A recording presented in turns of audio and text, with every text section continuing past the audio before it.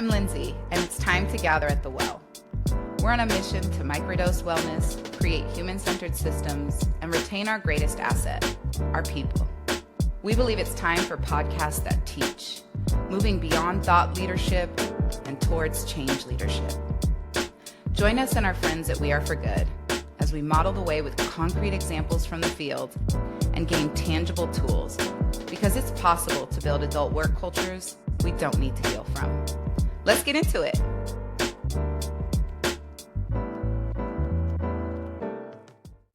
Welcome to Gather at the Well, where we've been embracing the concept of microdosing wellness. Those small investments in self and collective that over time contribute to our resilience. You may have showed up today excited with the little sprinkle of content I left at the last episode, ready to talk about some of the common DEIJ pitfalls that are getting in the way of our wellness. Don't worry, that's coming. But we decided to meet the moment and to be with what's here, to be responsive, and to share our unfiltered thoughts around how we all microdose wellness in the face of a macro event. Don't worry, the other piece is still coming. I've been sitting with this curiosity of how the very invitation I've made to embrace microdosing wellness holds up in the face of a macro event. An event that shakes the stability within us, within our team, shakes the foundations that our communities are standing on. How do you orient in times of uncertainty? When things happen, and one thing's for sure, things will always happen. How can we respond and not react? So much easier said than done. Whether the challenges that you're navigating are locally situated, maybe the transition of a leader, of a principal, maybe it's a natural disaster that pulls on resources, requires a crisis response from your team. Or it's even larger than that. The pandemic we all navigated, two communities struggling across the world, or our most recent election.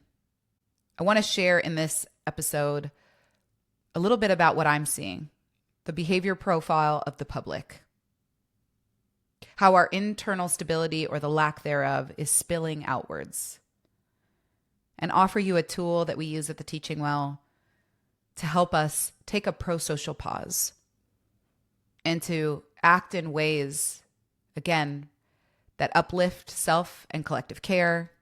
Hey Now, episode 2, and ensure we're living our operationalized values. What's up? Go back and check episode 3. Before we do that, let's take just a couple of breaths to prepare ourselves for this behavioral profile. You might breathe in through the nose and out through the mouth. And 2 more just like that.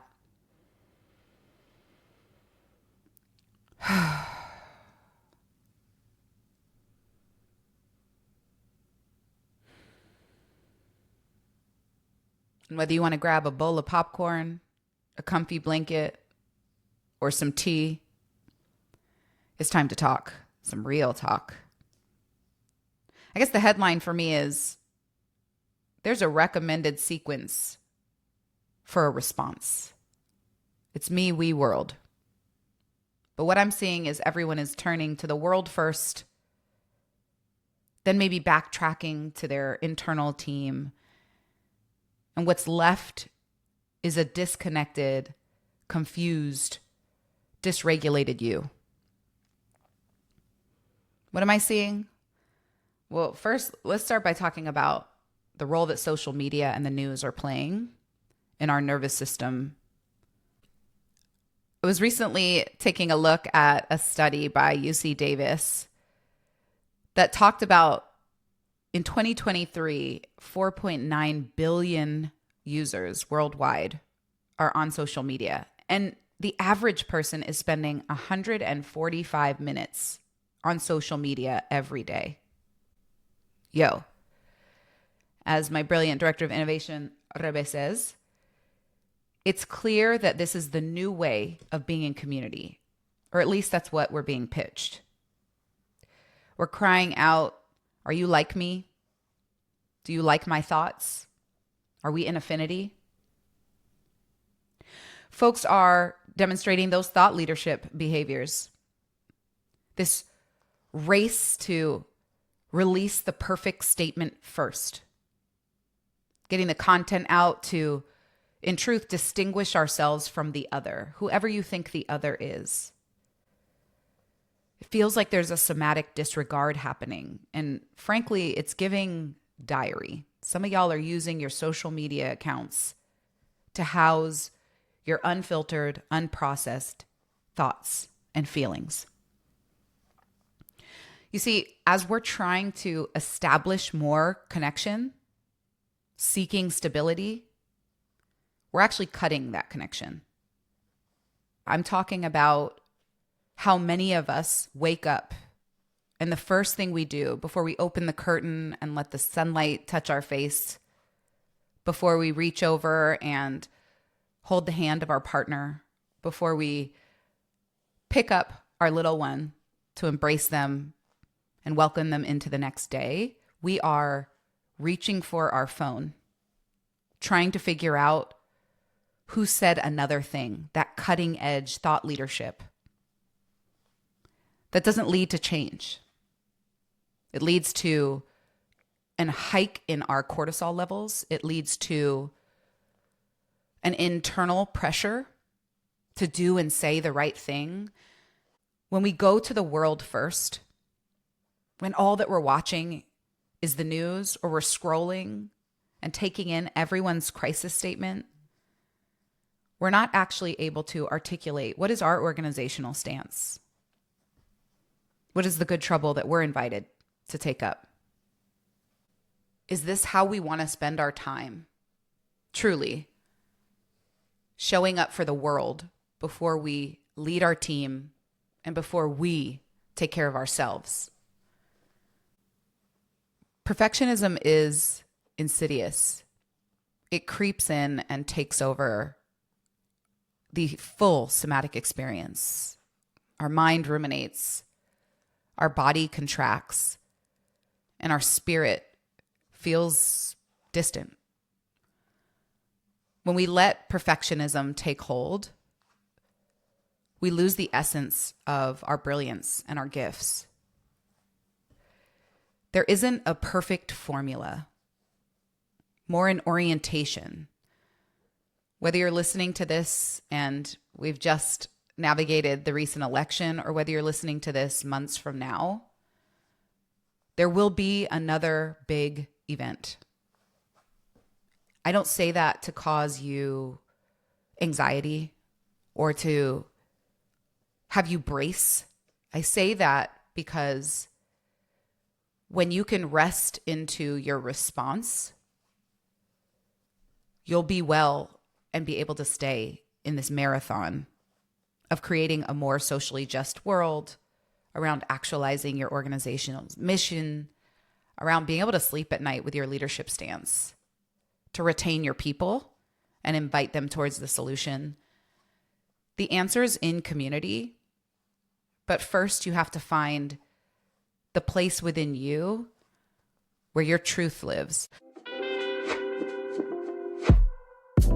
Let's take a moment to drop in, compost control and perfectionism in this moment, and invite just a little bit more space.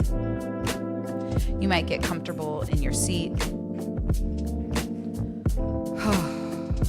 letting the chair, the sofa, even if you're in the car, the seat, and the earth just hold you in this moment.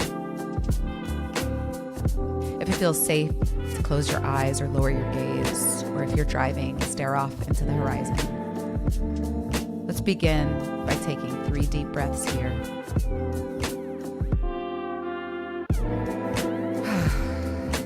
Dropping our shoulders from our ears.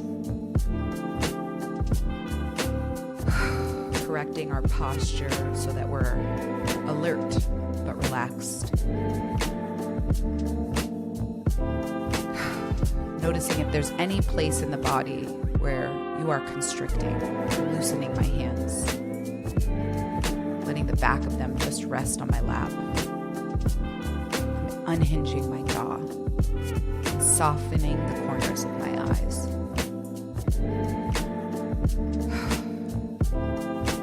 And in this moment, I want to cultivate greater self-compassion. You're doing the best that you can with what you have in this moment. Whether you have external pressures or you're the one creating the suffering, just take a moment to notice, to release any expectation that what you produce or who you are is any way related to perfectionism. We are imperfect, whole humans trying to make a difference.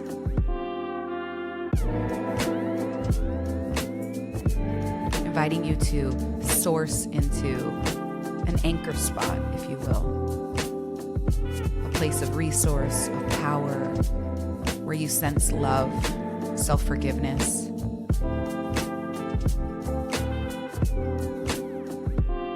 It might be your heart beating, your heart space. It may be the enormity of your lungs, swelling 360, working so hard to bring in that fresh reserve of oxygen into your system. I used to tell my first graders to kiss their brains. You are doing an incredible job. What would you tell a young person in your life when they feel discouraged? Do your best. Don't give up. You are enough. Those messages are still true for you too. Inviting us to take the longest, deepest breath of our day. Audible exhale.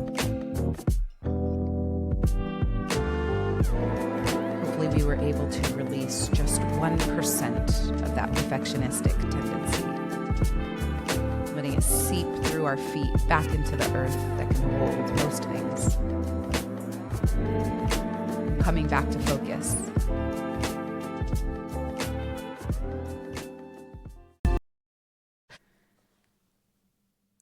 So what I'm inviting is a reframe, a reprioritization, a recommitment to yourself, which is that we want to flow in the order of me, we, world. That's how I opened this episode. What I'm seeing is a reverse order of my recommendation. I'm seeing us turn to the world to spill outwardly rather than ensuring we have an inner source. Another thing that I'm noticing across clients, my personal circles, partners, is that many of our primary trauma responses are colliding with unsettling news. If you don't know about trauma responses because it's not your expertise, I'm going to give you a brief rundown of the 4 F's that I see play out most frequently. Yeah, I'm talking flight, fight, freeze, or fawn. Many of you have heard the first 3. The 4th is an incredible force that can contribute to self-abandonment, overexertion, and frankly is normalized, conditioned, and rewarded into the everyday employee. But first, let's talk a little bit about how these things might be showing up. Your primary response is yours. It might be from your early adverse childhood experiences. It might be through an adult trauma, an employment incident. But both educators and social sectors are showing these responses when they face uncertainty. For flight, It might look like the news coming out and a colleague taking a leave of absence. We've been seeing recent examples of folks stepping out of a co-held project when you're already weeks or months in. Folks that are avoiding conversations or having psychosomatic symptoms. It's when that student says, I've got a bellyache or a headache right before an assessment.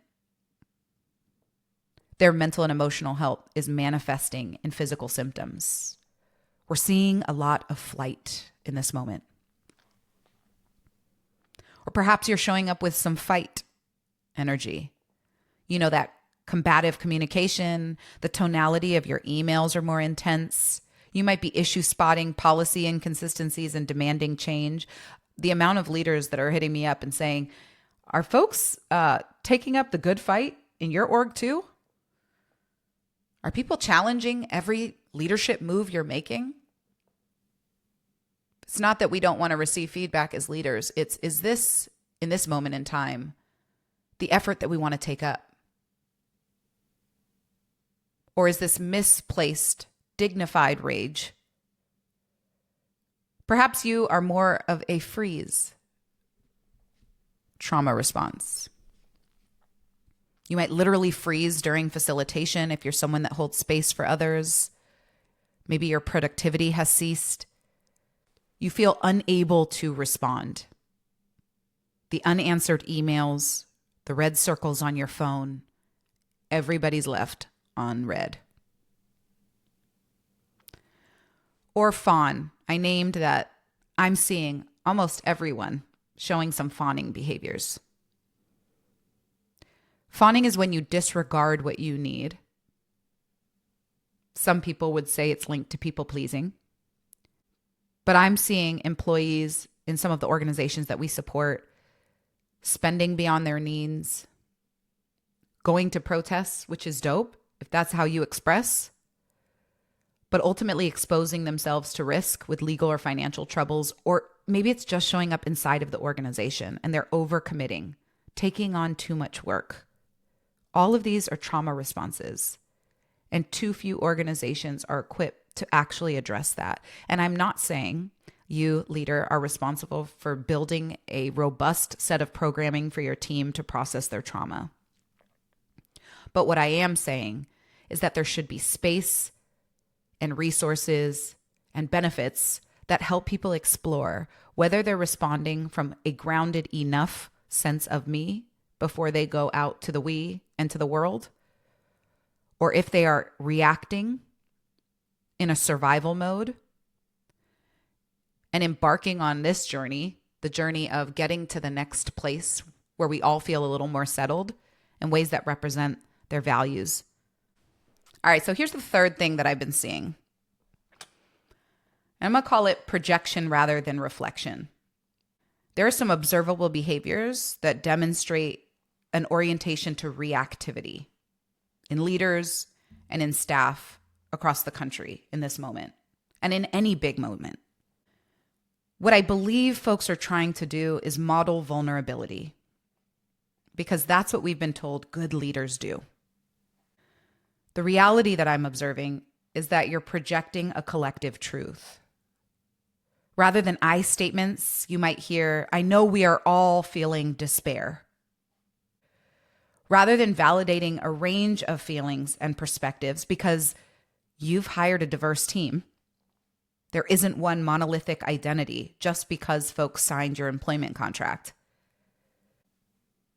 There are too few examples of folks providing open-ended questions, multimodal activities, anything from journaling prompts with music to coloring to small breakout room discussions in affinity. There's so much we can do as facilitators. But the way that you set the tone communicates immediately to your staff or to your client what views are welcome here. I'm also noticing folks attempt to make healing mandatory. They're holding a discussion on recent events, and there's no agency or option embedded. We're all going to come together and grieve, is what one of my clients told me. Well, grief is nonlinear. The assumption embedded in that statement is that everyone is grieving. And people heal in varied ways. So I'm inviting you to consider the ways that you're holding space for the we. And again, if you are not embodied, if you are not grounded enough, and I keep saying enough because there is no perfect amount of grounding, then the way that you open up space, that you hold space, that you end meetings can inspire your team to move forward or can shut down their expression. And that repression that they may experience necessarily manifests into the work. I know what you're trying to do. You're trying to help your team process. When I ask my clients, like, what is your intended outcome? I want them to know that I'm here. I want them to know that I see them. I want to reassure them of my commitment to them and to the work. I want to help relieve the pressure valve. Then do that. But none of what I just described, those intended outcomes, are aligning with some of the facilitation techniques that we're observing. You don't have to be an expert facilitator to create space in ways that are non-leading. Again, compost perfectionism. You don't have to have the right answer. You just have to prioritize the time, dedicate any resources you can, and reassure people that their feelings are valid wherever they land, and that whether they are processing with you in community or on their own and in therapy, it's worth taking the time to integrate this new recent event, not bottle it up and spill it later. There's complexity in everything that I'm sharing. And before I take you through that, I'd love to do just a brief somatic. I call it the ocular reset. Now, I know that it's actually the oculomotor nerve, but it just sounds more kitschy to me. So I do this practice when I've been staring at the screen. Hello, grant writers. After I've been reading an artifact and annotating, making notes, providing feedback, that deep focus. And yes, I do it after I maybe have fallen victim to my own scrolling impulsivity. It's a way to break up the behavior, to bring in that pause, and to literally allow your eyes to rest so that you have agency to decide where you go next with your time and your energy. To do this, if you're seated, I recommend leaning your elbows on the table in front of you. If you are parked in a car, listening to this in the parking lot while you pick up your kids from soccer, you can rest them on the steering wheel. You don't have to, but sometimes my arms feel heavy, so that's my business. Now, to do this, I like to find an alert but rested posture, resting my elbows in front of me. I close my eyes, and then I also cover them with my hands. This additional layer of coverage provides a cloak of darkness that inspires almost a reset visually. If you want to get fancy on your own, you might also take your thumbs and reach them to plug your ears for an additional layer of sensory deprivation. But for now, let's just cover the eyes. I want you to take 5 deep breaths here. Each time, the exhale is a little bit longer than the inhale.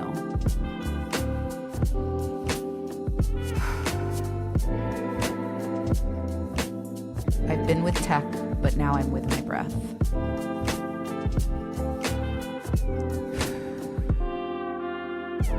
I've been focused, but now it's my time to recharge.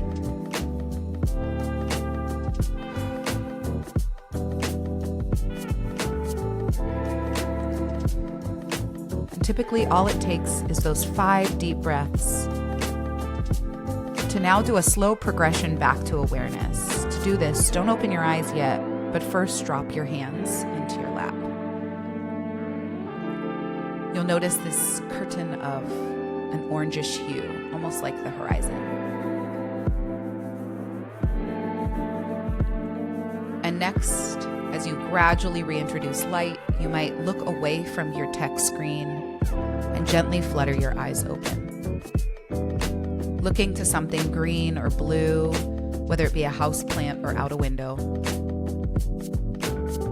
Blinking naturally, and what you'll notice typically is that your eyes have relubricated. Just giving them the darkness, the closed eyes, and the intentional breaths has reset your hardworking eyes. And now you can make a conscious decision. Do you go back to scrolling or into that document, or do you stand up, get that hydration station, take a bio break, get a snack, take this opportunity to microdose wellness real time?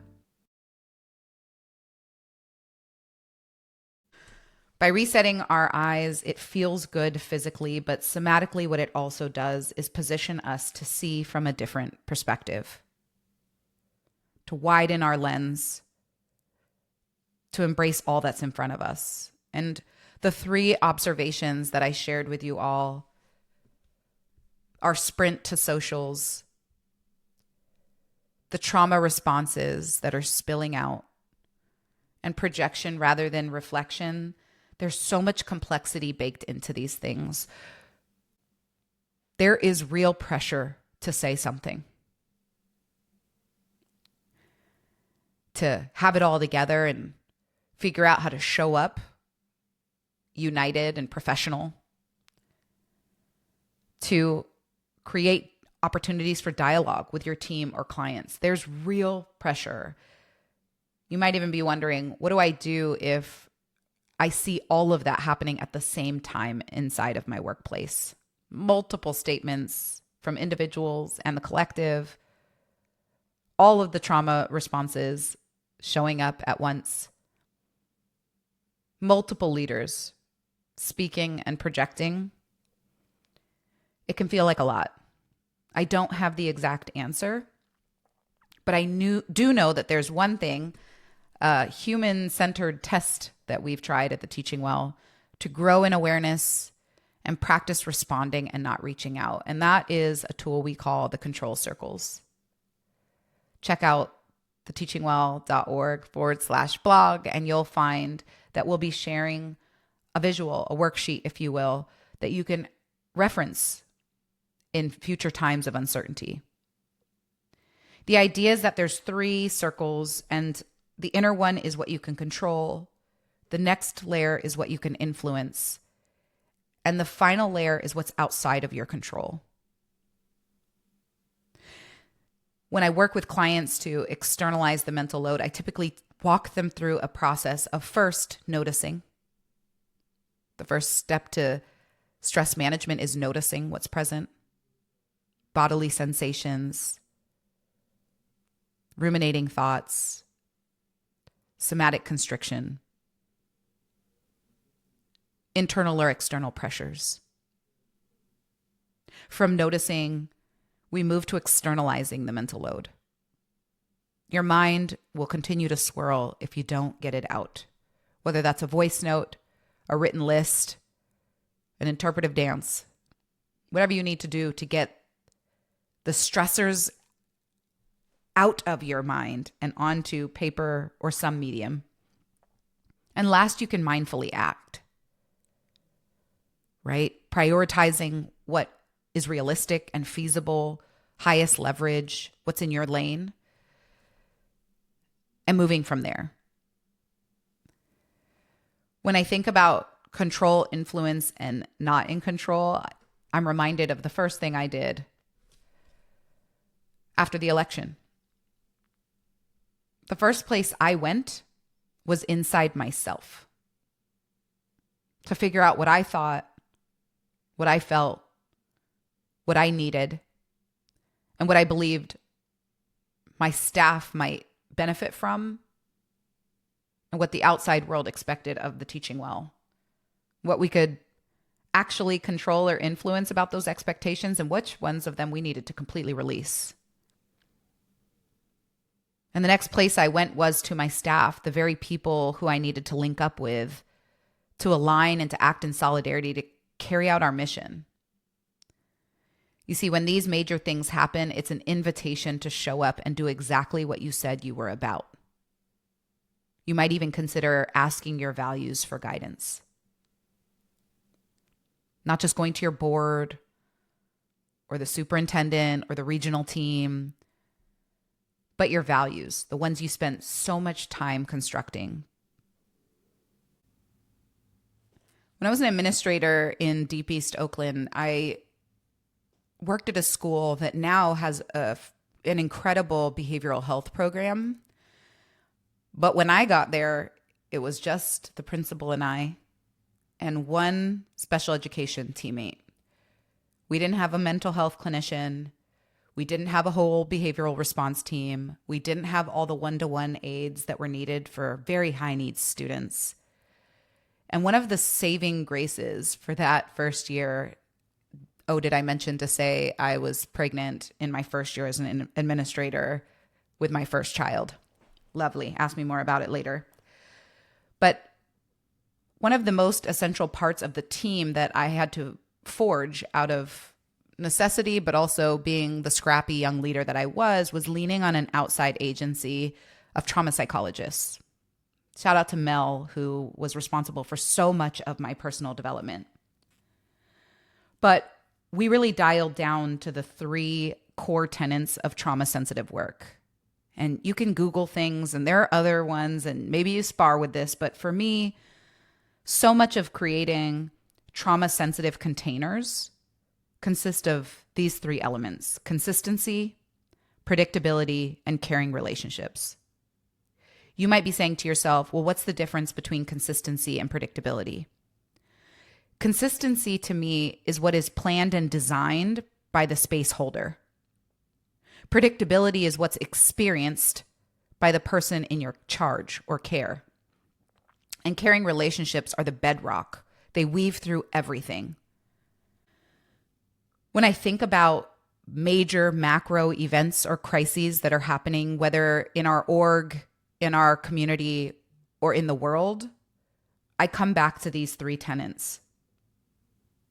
At the Teaching Well, a bit of what we did to show up consistently, especially in the face of this election, when we could anticipate there would be harder days, like the day when everybody was waiting to find out the results. The anticipatory energy was palpable. We actually held a staff professional development meeting the Tuesday before.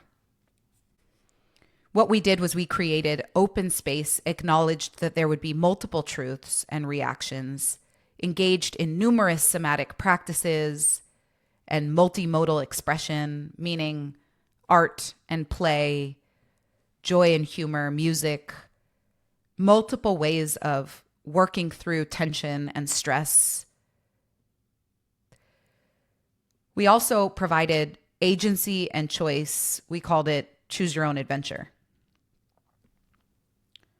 Some of the rooms focused on how we could prepare and pivot for client work.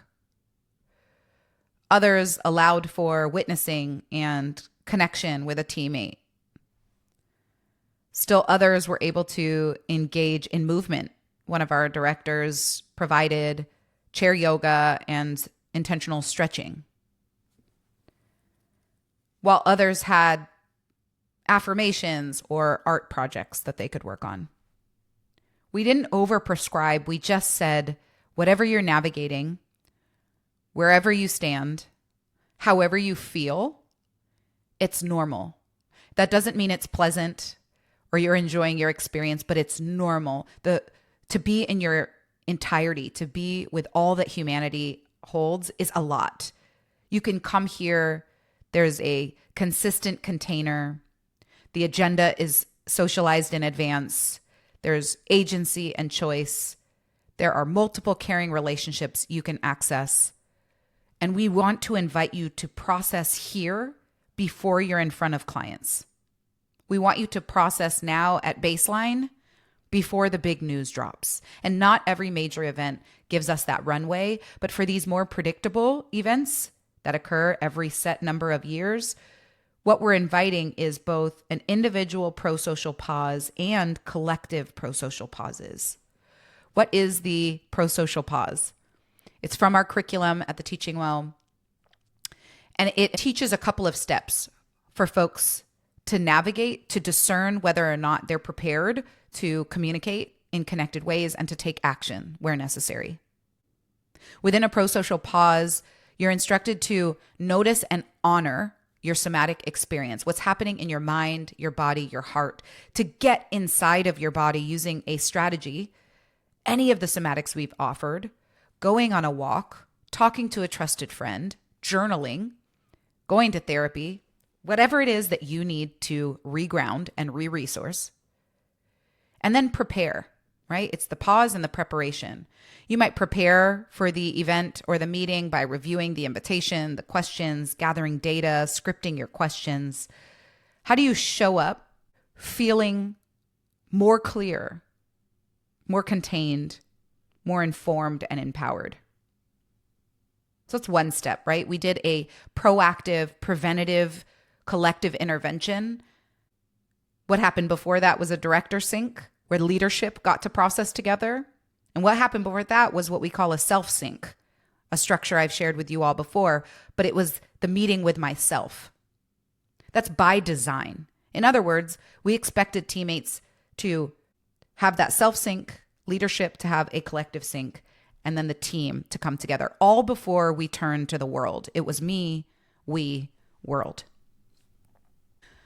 Just to drop a couple of pieces of what I said to the team in writing the next morning.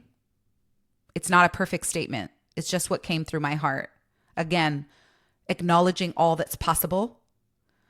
Whether you're waking up shocked at the results or you felt like you knew who America has always been, today may feel heavy. While there's a lot of uncertainty, here's what I know, right? As your leader with 100% clarity. P.S. I arrived at that clarity because I had met with myself. We can do hard things so long as we choose each other. We hold each other down, period. Leadership team is staying flexible and fierce about our money and expansion to prioritize safety, impact, and long-term financial solvency. Our values, mission, and unapologetic stance for supporting those on the margins will not shift. And any policy that protects your rights and is based on employer discretion will remain untouched. The Teaching Well will continue to be the best place to work for BIPOC teammates, women, folks who are undocumented, religiously diverse staff, queer and parenting people, despite all that is targeting these groups or complicating their daily navigation. I'm strongly encouraging you to embed additional somatics, space, community, and wellness infusions across today and the rest of the week. We trust you to handle business for your clients and colleagues, and in any space that you have across the day, be compassionate with yourself. If anyone needs a call, Zoom, or check-in, I'm more than available to you all. Stay resourced. The fight is not over. Love, Linz. Imperfect. You can give me feedback. But what I wanted to do was demonstrate what was stable, what was in our sphere of control and influence, and to show my team that not everything was that not everything was chaotic or falling apart. So the truth is that life is going to life. And another major event will occur. Folks will look to you to lead. And you'll impose certain responsibility and pressure on yourself. And there's a different way to respond. To embrace this posture of curiosity, I keep hearing folks all over say, I just can't understand why people would blank. And that's not just pertaining to the election. It's any major world crisis or conflict. But maybe it's less about putting energy towards how unsettled we feel, the lack of understanding. Maybe we need to put 10% of our energy towards curiosity and actually working to understand one another.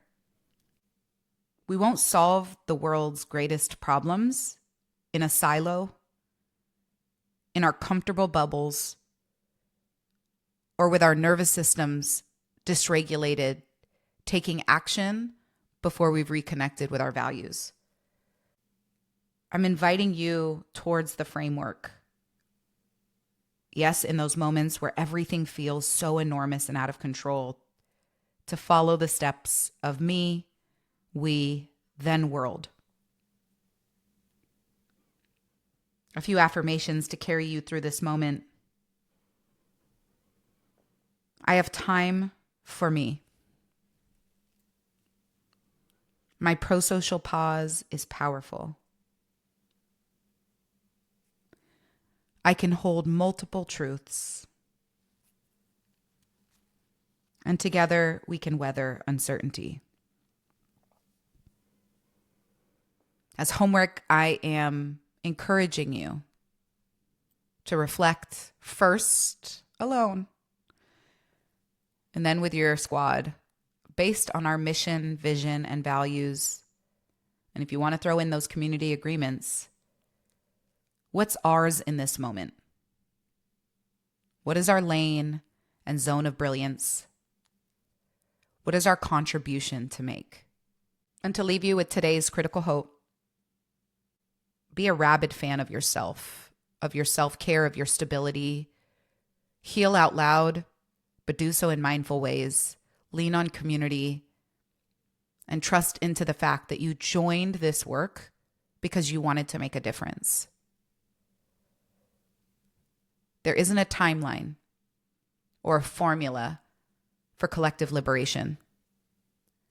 Every step, every action, every part of this movement has to be organically created in ways that are sustainable and realistic and infused with community.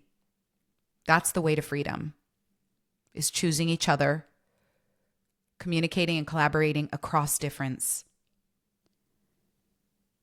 and staying resourced enough to access our innovation. We've got this. I know it feels intense, but find your inner well. And if you can't, come back together with ours. Have a beautiful day, and we'll talk again soon. All right, y'all. Thanks for coming to play at Gather at the Well, the podcast that teaches. If you like this conversation, come visit us online at teachingwell.org and hit us up on our socials. Remember to visit the podcast page to download a couple of useful tools to get your life and heal up your org.